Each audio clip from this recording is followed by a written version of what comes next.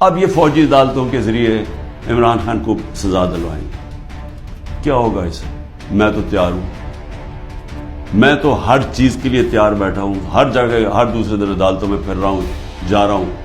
کوئی یہ نہ مجھے کہے کہ میں یہ جو ان دو بڑے ڈاکوؤں کی طرح دم دبا کے باہر بھاگ جاؤں، کیونکہ ان کو کرپشن اتنی انہوں نے کی ہوئی.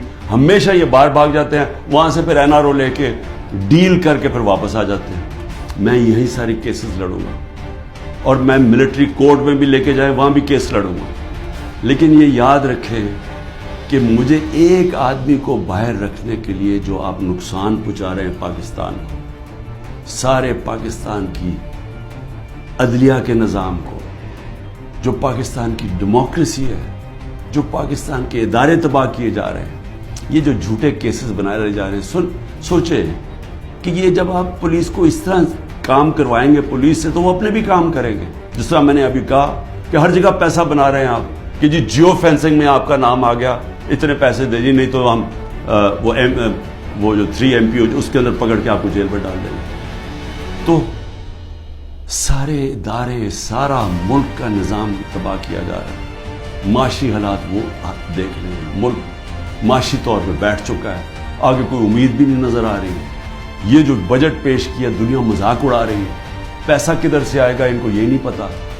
اور صرف جب ایک obsession ہو کہ صرف ایک آدمی نے نہیں آنا اور کوئی فکر نہیں ہے کہ ملک کے سارے ادارے تباہ ہو، اخلاقیات تباہ ہو، ہمارا جو پولیس کا نظام تباہ ہو، اور صرف کوئی بھی تحریک انصاف کا بس یہ کہہ دے لیڈر کہ میں جی پارٹی چھوڑ رہا ہوں، تو اس کے اوپر قتل بھی معاف ہو جاتا ہے، سارے کیسز معاف ہو جاتے ہیں. کیا اس طرح کوئی ملک چل سکتا ہے؟ کیا ایسے ملکوں کو بنانا ریپبلک نہیں کہتے؟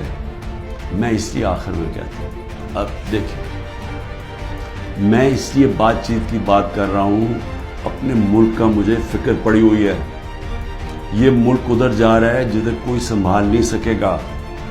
میں اس لیے یہ کہہ رہا ہوں کہ ابھی بھی ٹائم ہے بات چیت کرنے کا، اور بات چیت کرنے کا یہ PDM کے لوگوں سے کوئی فائدہ نہیں ہے، کیونکہ ان کے ہاتھ میں کچھ نہیں ہے. یہ تو ڈرے ہوئے ہیں کہ سارا وقت جی عمران خان کو ملٹری کورٹ میں. سوچیں کہ ڈیموکریٹس بھی کہتے ہیں کہ جی کسی کو ملٹری کورٹ میں ٹرائی کریں، کیونکہ اتنے ڈرے ہوئے ہیں الیکشن سے. ان کو پتہ ہے الیکشن میں ان سے کیا ہونا ہے. تو میں صرف اسٹیبلشمنٹ آرمی چیف سے بات کرنا چاہتا ہوں، ابھی بھی ٹائم ہے، یہ کورس کریکشن کریں. یہ ملک جس طرف جا رہا ہے یہ آپ بھی نہیں، کوئی نہیں کنٹرول کر سکے گا. یہ غلط فہمی ہے کسی کو کہ ایک اسٹیبلشمنٹ ملک کو اکٹھا رکھ سکتی، نہیں رکھ سکتی.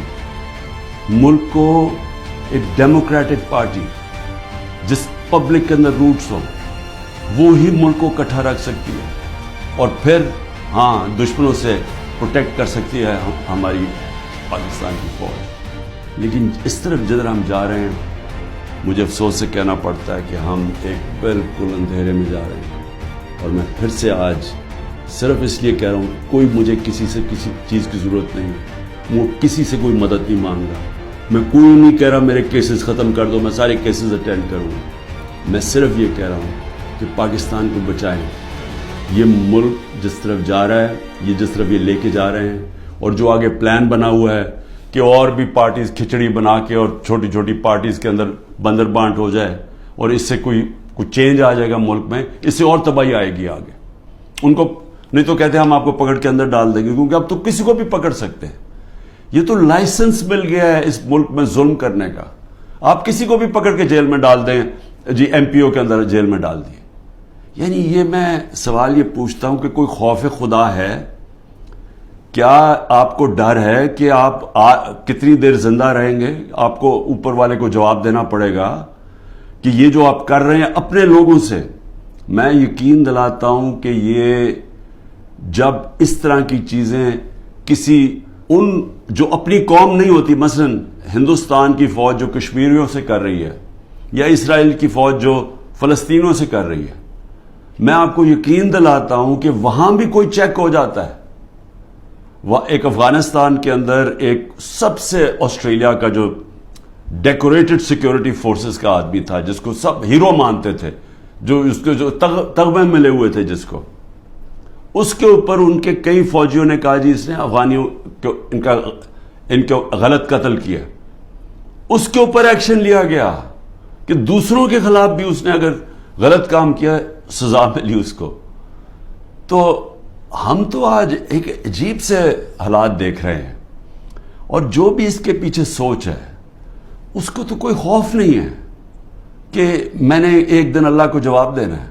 اور یہی ہماری بدقسمتی ہے کہ یہ وہ ملک جو بنا تھا اسلام کے نام پہ، بہت بڑے پرنسپلز اسلام کے تھے.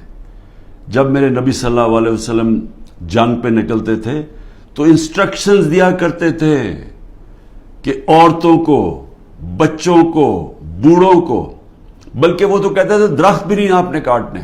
یعنی ایسی جو ہمارا جو سویلائزیشن، جو ہمارا عظیم لیڈر تھا، وہ کس طرح کی ایک سوچ رکھتے تھے انسانیت کے طور پہ، اور پھر جو ان کا انصاف کا پیمانہ تھا وہ کس لیول کے اوپر تھا، اور اس لیے تو وہ دنیا کی عظیم قوم بنے.